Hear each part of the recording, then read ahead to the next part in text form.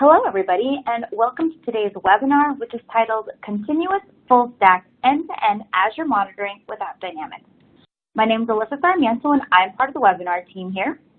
Joining us today is Vikram, who has deep knowledge of the cloud industry and works closely with our customers and partners to assist in their cloud migration and adoption journey. Along with Vikram, we also have Alex, who is a technology leader for the Microsoft ecosystem at AppDynamics and will be showing us a demonstration of how it all works. Feel free to see their full bios on the right side of your screen of the speaker session of your console. A few housekeeping items before we get started. First, I am obligated to share this legal notice slide. Note that the material presented today is proprietary information of AppDynamics, and no part of the materials may be reproduced, distributed, communicated, or displayed in any form without prior written permission from us. So that's the gist of that, and now we'll continue on. Moving on, note that the console you are looking at is completely customizable. Feel free to explore the widgets at the bottom of your screen. You can also move or resize any of the windows you see open by dragging the bottom right corners. This will be especially useful as we go into the demonstrations, so definitely enlarge the slide view at that time if needed.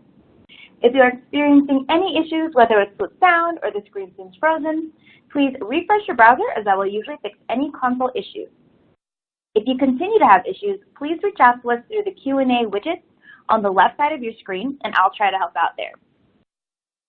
Speaking of the Q&A widget, we invite you to submit any questions you have during the webinar through there, and we'll answer as many as possible at the end of the presentation.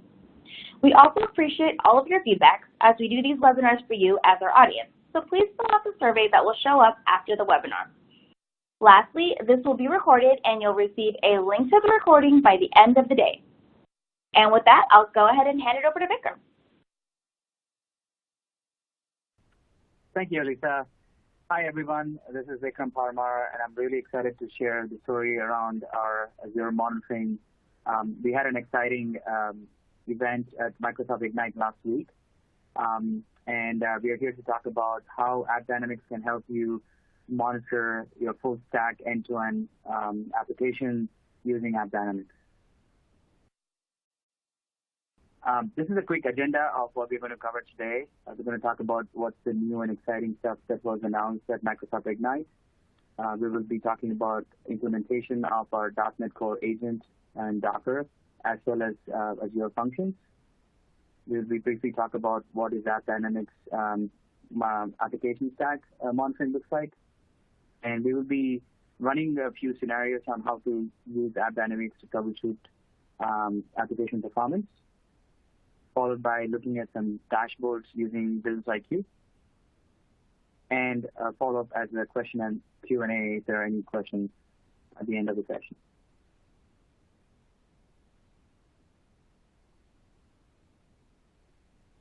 So before we get started, one of the most interesting questions that comes up is why cloud, why now? What we have traditionally seen is many organizations have adopted cloud in some shape or format or planning to adopt a cloud as part of their cloud migration journey. While cloud migration is a one-time effort, we do notice that cloud monitoring and cloud migration is a continuous effort. And that is why we think that using DevOps process, you can leverage the same impact that you would have as part of cloud migration can be leveraged for cloud monitoring and optimization. Now, why Azure? You must be wondering. So we know that Azure is the #2 cloud provider with the market share of over 22%. It's the fastest growing cloud provider at a 75% growth year over year. And over 95% of Fortune 500 companies use Azure today. Azure does have over 54 regions worldwide and over 100 edge sites. So that being said, Azure is the #2 market leader when it comes to cloud, followed by Google and IBM OpenShift.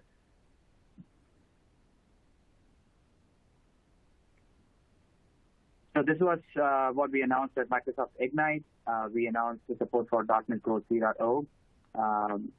And as part of that, we are able to leverage our paragraph support. And Alex will be showing you a quick demonstration of how to implement it. We also announced support for Azure Functions using App Service. So you can leverage your existing App Service, deploy or .NET agent to see deeper visibility of what's going on within your Azure Functions. In addition to that, we have enhanced support for web apps and WebJobs implementation, leveraging our Azure Site extension. With that being said, I'm going to quickly hand over to Alex, who will walk us through installation process for using .NET Core 3.0 framework, as well as supporting Azure Functions. Thank you, Vikram. Let me share my screen.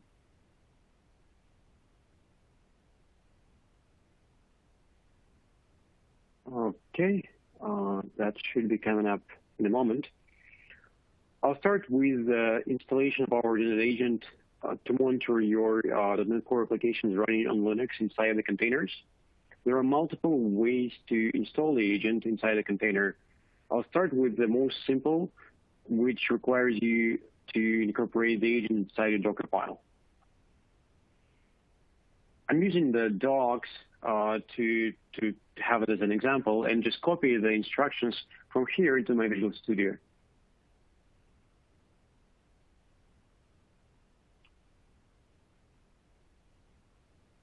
I already have a solution here, simple web applications, which is .NET Core 3 API application. What I need to do here is just to add my instructions to include my agent as binaries. As you can see here, it copied the library and another DLL here into the Docker and sets up multiple environment variables which are required to initialize and configure the agent. Once you do that in your application, you need to change your SaaS credentials for our SaaS platform.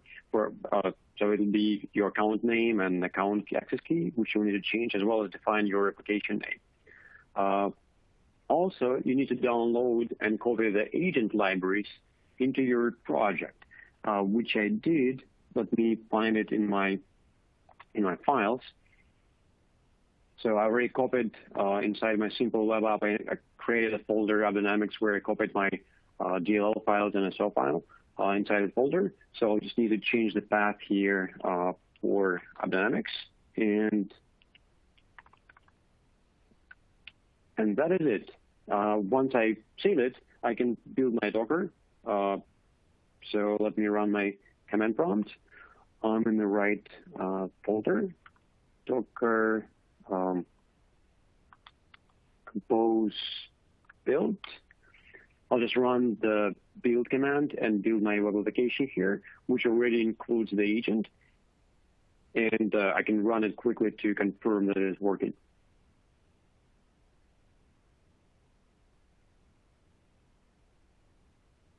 Application has been compiled. Now it's time to copy the agent libraries. You can see all the files copied successfully and my variable set up successfully. So what I can do, I can just start my entire application here, and you can see that it's starting in the web app. And first few lines in purple, you can see that the .NET Agent 4.5.16.1, which is the latest at the moment, started successfully. That is pretty much everything you need to do to instrument your .NET Core application running inside a container in Linux.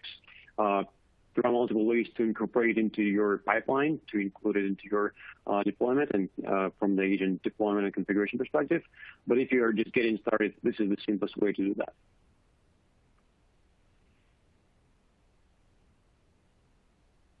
Let me also show you how to install the agent for the Azure Functions, which we also just announced 2 weeks ago prior to Ignite, which is very simple. But since Azure Functions are running inside the Azure portal, you would need to go there to install our agent using the Azure portal. That is, again, the most simplest way to start. Right now, I'm showing my demo app number 1, which I created for this purpose. In order to install the agent, you need to go to the platform features inside of your Azure portal and find your site extensions. Site extensions are the packages which you're able to install for your Azure App Services like WebOps and WebJobs, as well as Azure Functions. And that's what we use to install our .NET agent to monitor your Azure Functions. So once you click Add, you'll need to choose the site extension. Azure offers multiple site extensions from different vendors, including Microsoft themselves. If you scroll down, you can see that AppDynamics has multiple site extensions. If you hover, you can see the version. You need to install the latest 4.5.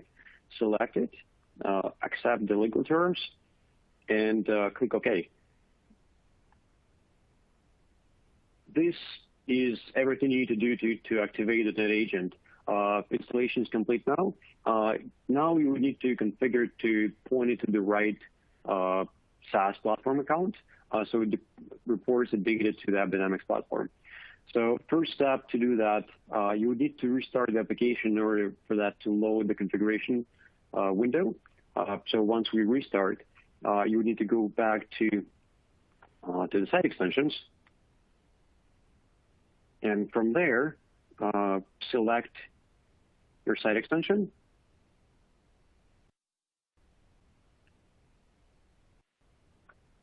Right. Here, once you selected the site extension, you need to click the Browse button, which will load the configuration screen to enable the agent to report to the right SaaS platform account.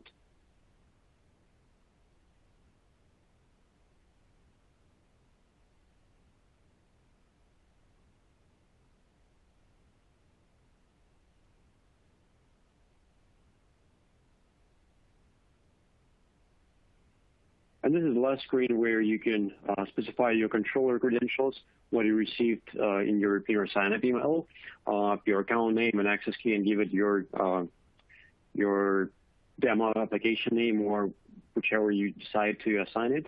Click Validate, and that will start reporting the data from your Azure Functions right to our controller. No code changes required. Just hit these details in, and you're good to go. Back to you, Vikram. Thank you very much, Alex. So this confirms the installation option for deploying .NET Core 3 agent within Docker container, as well as we confirm the installation process for Azure Functions using App Service. One caveat is to make sure that you have an AppD account. If you don't, please reach out to your region sales rep so that you get access to your account for you to try it out. And for those who do have an AppD account, this agent is available to you today, so you can try it out and give us your feedback.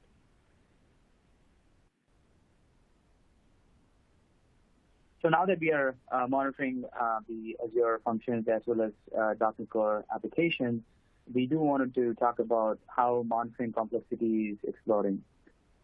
With the changes that are happening within the application environment, more and more organizations are moving their application workload from on-prem to cloud.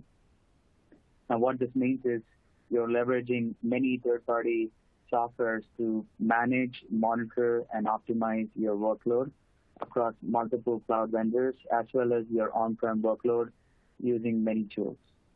When it comes to finding the root cause of an issue, if the service call flow goes across multiple cloud vendors or between on-prem and cloud, it is extremely difficult and time-consuming to identify the issue. And that is why we recommend using AppDynamics Unified Platform to provide you the insight that you're looking for when there is an issue. So now, Alex will quickly show us an overview of AppDynamics with the application instrumented in .NET application. In this particular example, I have deployed quite a few of the Azure web apps, Azure Functions, and some of the containers running inside the Kubernetes and using the .NET Core 3.0 on Linux. First, I want to cover Azure Functions and explain how we discover Azure Functions and how you can find the data using the business transactions.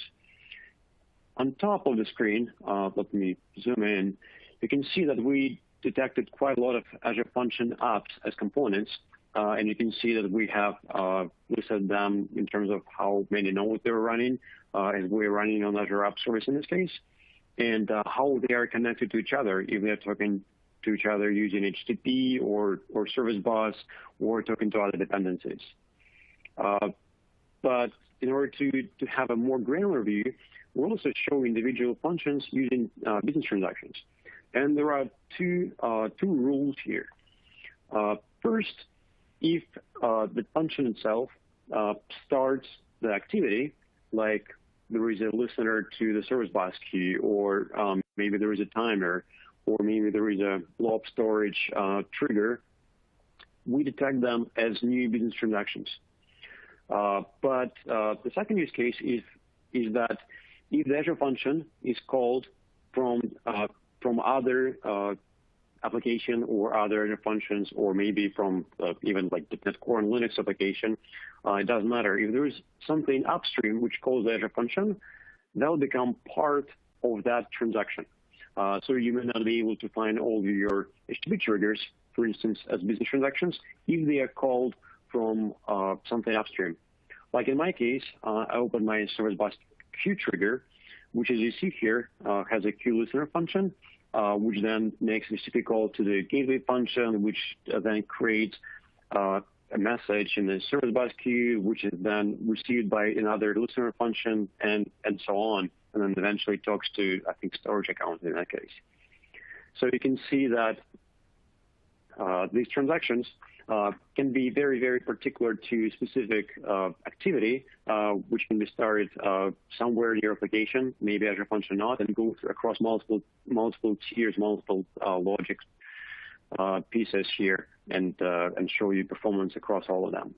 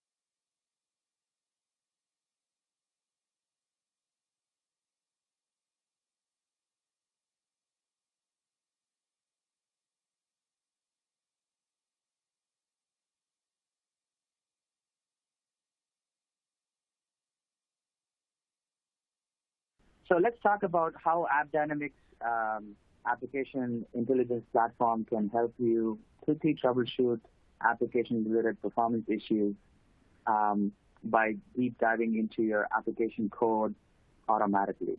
So I'm going to give it away to Alex, who will be quickly walking us through on how to perform troubleshooting using AppDynamics. Thank you, Vikram. Let me share my screen again. Right now, I would like to pick up a different transaction As you see, all of them are performing differently. They have different response time. They have different number of errors, different number of slow and very slow calls.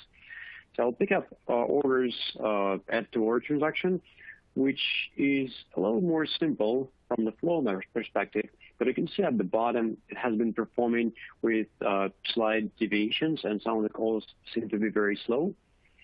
So what we do to help troubleshooting these kind of situations is that we leverage AI in the background on our platform, and with that knowledge, we trigger additional data collection to help diagnosing performance issues when things are running slow. And we also not collect these data for the fast-performing calls in order to not produce too much overhead. I'm very excited for this feature for the purpose of .NET Core 3.0 and Linux support, as we recently announced the ability to collect the call graph information with the ability to see your code performance on Linux, which hasn't been possible before the .NET Core 3.0 came out. So let me open one of these snapshots, and on the surface, it looks like very simple application map. But when I switch to the waterfall view, which is one of my favorites, due to the additional visibility it provides for the asynchronous applications, I can see that multiple segments have been executed here, but only one of them has been very slow. So when I drill down to that particular segment, I can see the details collected from a code level perspective. And let me keep scrolling into the call graph.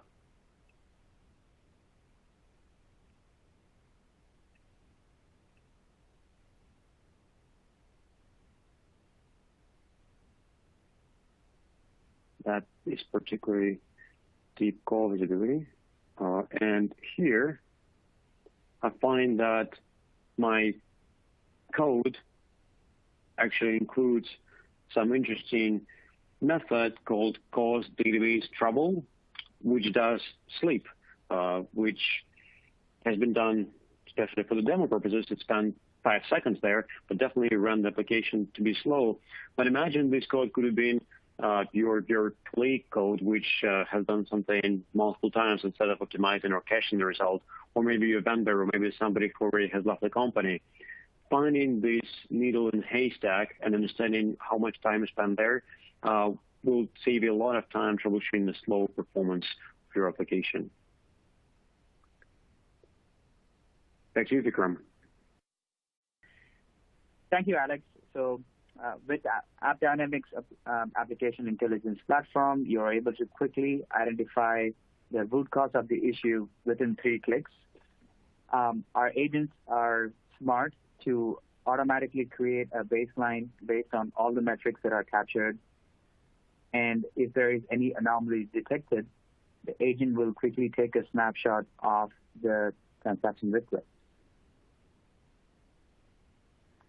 This also says that you do not have to leverage any logs to capture and do a quick dumpster dive into what exactly is going on at your application code level.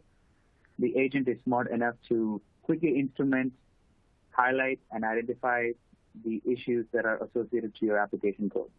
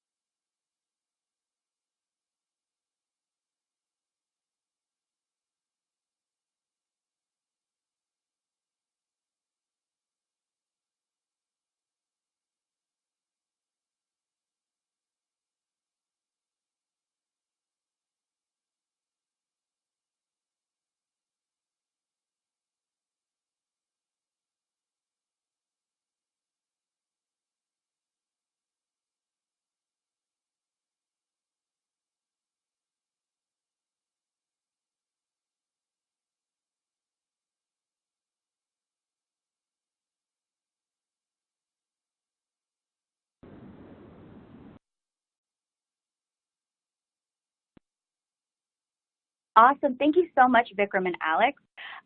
So as he mentioned, this does take us to the Q&A portion of the event. We'll answer as many as we can in the next 15 minutes or so. And we do already have so many questions in the queue, but feel free to just keep continuing to submitting them. Even if we run out of time and we're not able to get to your question live, we'll definitely reach out offline to ensure that we'll get the answers that you need. So with that, we're just going to jump right in. The first question is, how much time does it take to instrument .NET applications? Vikram or Alex? Alex, Okay. let me take it. It's very easy. It takes pretty much minutes, and the key is that you don't need to change anything in your application. You don't need to recompile it. You don't need to change your solution, and the agent is not dependent on how you build your application and the way you're running it, Linux or Windows.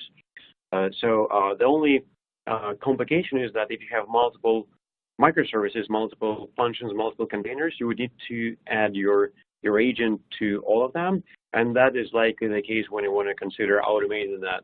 For instance, for the app services, the easiest one to be putting that in the ARM template.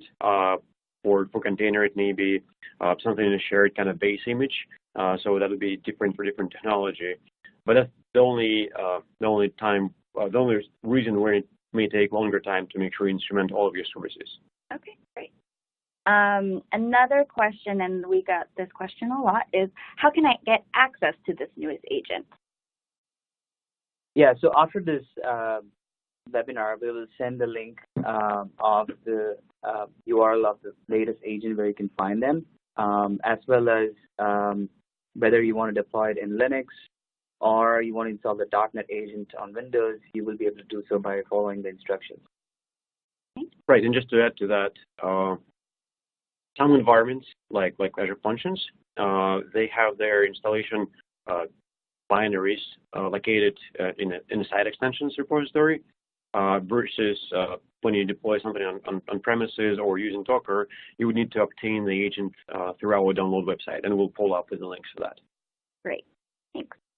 Okay, another question that's come through. So the NuGet package is already added before the Docker is built. Alex, you want to kind of go into that one? Yes, certainly. And the answer is interesting because you have a couple options here. I prefer to add the agent, and I've seen it with the customers, not during the application build when you add the NuGet package to the Visual Studio project, just because it requires you to access the source code to open the Visual Studio project. Instead of that, I prefer to add the agent into the Docker file and include it during your Docker build command. That allows you to move your agent installation more into the build pipeline when you build and compile your containers and then deploy to your instances. The option, there are even more options. We haven't shown them during the demo, but technically you can even sideload your agent binaries using Sidecar or using shared volumes in your container environments.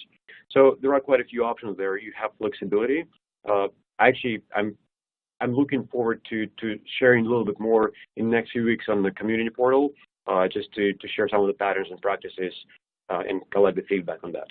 Okay, great, thank you. And that does tie into this other question, right, about the links to the documentation to install, right? Yeah. Okay. So like we have it available in docs, and I think I shared it like one of the easiest examples on docs. But actually, I've been seeing a lot of questions like that in the past. So I'm trying to document more options for our customers. So I'm looking forward to adding this post on the community website. Great, thanks. And then just for the audience, I don't have, in the Resource Center, I don't have a link to the community on there, but I'll add it to the follow-up emails that you'll be getting for this. So just another question is it possible to configure our own baseline? Yeah, I can take it as well. So for the baseline, there are quite a few configuration options you can choose. So we learn the baseline based on the data, but you can tell the platform which kind of data, kind of mark your data and how to treat it. There are a few options on the baselines in terms of daily, weekly, or monthly. Weekly is the most common one. It allows you to compare Mondays to Mondays and Fridays to Fridays and don't mix them together. For some customers, monthly is more important because they have calendar schedule, like end of the month is payroll date, for instance. So that incorporates in the baseline.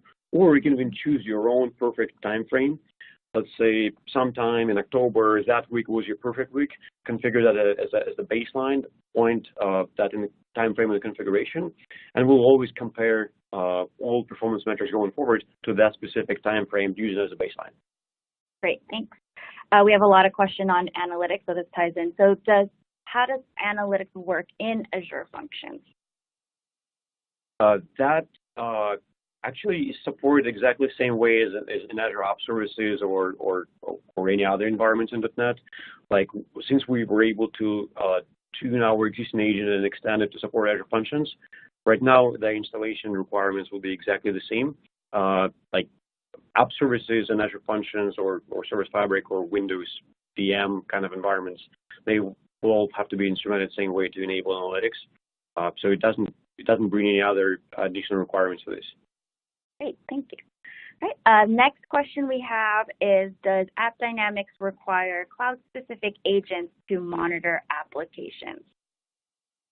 Yeah, I'll take that. So our agents are cloud agnostic.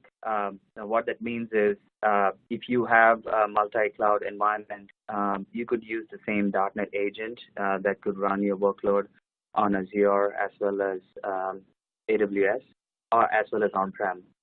So there's no cloud-native requirements, although if you are leveraging cloud-native services, our agents will smartly pick up additional metadata, as well as there are extensions available to capture, let's say for AWS, it will be CloudWatch data, or if it is Azure, it will be Azure Monitor data will be captured using extensions. And you can see all of that within the AppDynamics UI. So that helps you understand and correlate how your applications are behaving, regardless of whether the workload is running on-prem or within cloud, whether it's Azure or AWS. And I want to also add to this, while our agents are the same internally, like we have exactly the same agent binaries, and technically you can instrument it yourself, you have access to the environment. Some environments are a little bit more restrictive, like Azure Functions and the Azure App Services are the ones which come to mind.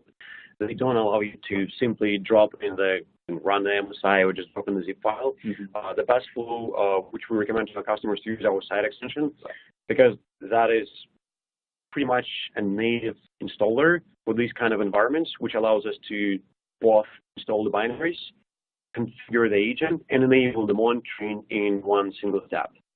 So it would be preferred option for this cloud environments. But another example would be containers.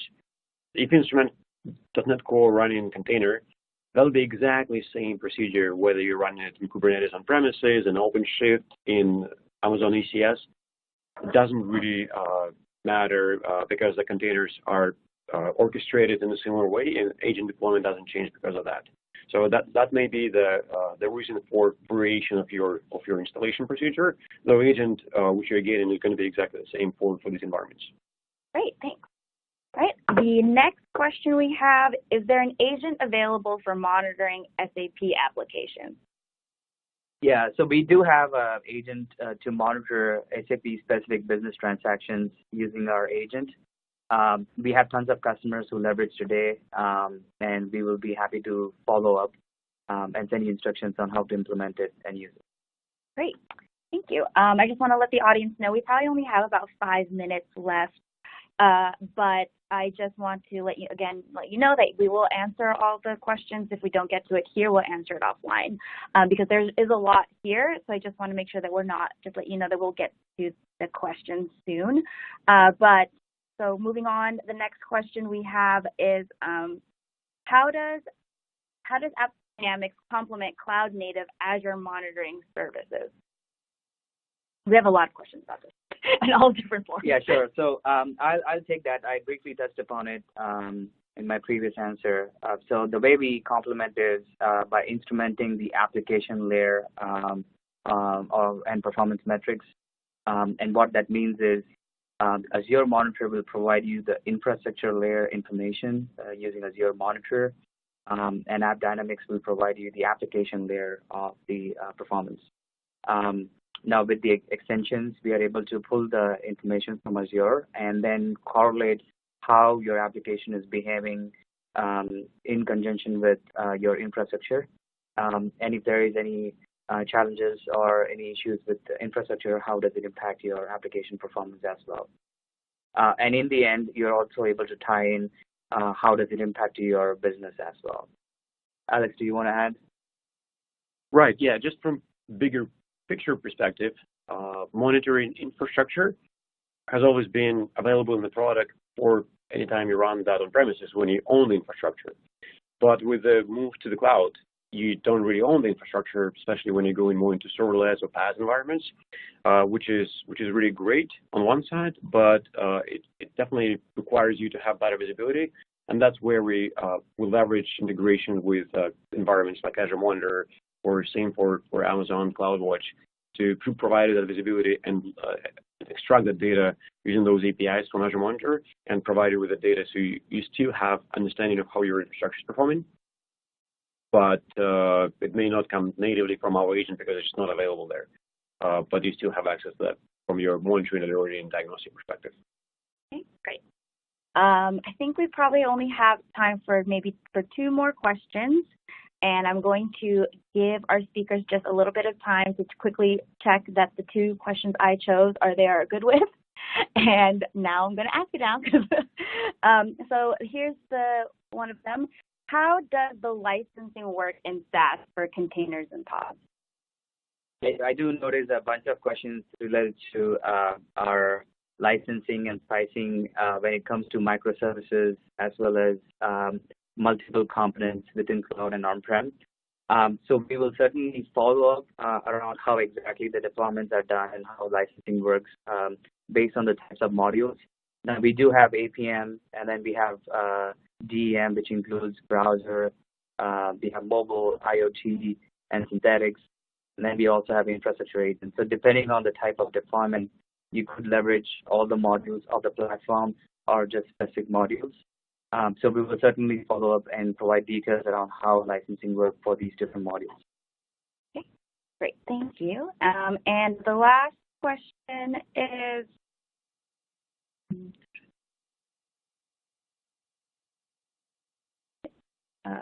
okay, here. Why does the waterfall view shown during the troubleshooting demo portion, why does it show multiple empty name entries? Oh, that's a good one. Somebody was definitely paying attention. That is actually very, very interesting. When we started monitoring .NET applications back 8-9 years ago, most of them were very, very much synchronous. Everything was executed in the same thread. But as .NET evolved and practice evolved and everybody started introducing multi-threaded applications and async await pattern was introduced, that's when waterfall view was pretty much designed on our end to provide the visibility into that. And the segments, which you probably saw, which had empty names, these were just the thread names, or which we're always trying to give that asynchronous segment some kind of verbal name. But for some of the short transitional kind of tasks, there was no name available, so they probably these were the ones which we saw as empty names. I definitely noticed that with the transition of async, developers started picking up in the last several years. We see a lot more applications like that. So this might be a good area how to improve it better and how to maybe do some more suggestions in terms of naming those segments or providing more easier to read kind of overview insights on that. So that's an area we can consider for improving. But don't be scared if you see empty name. It's just coming to name the thread which is running the segment.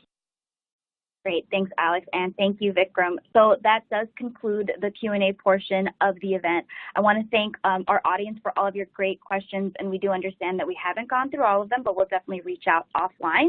And so before we fully close, I just want to quickly remind everyone to check out the resource links that are available in the Resource Center widget, which is on the left side of your screen, unless you move things around, but it should still be there.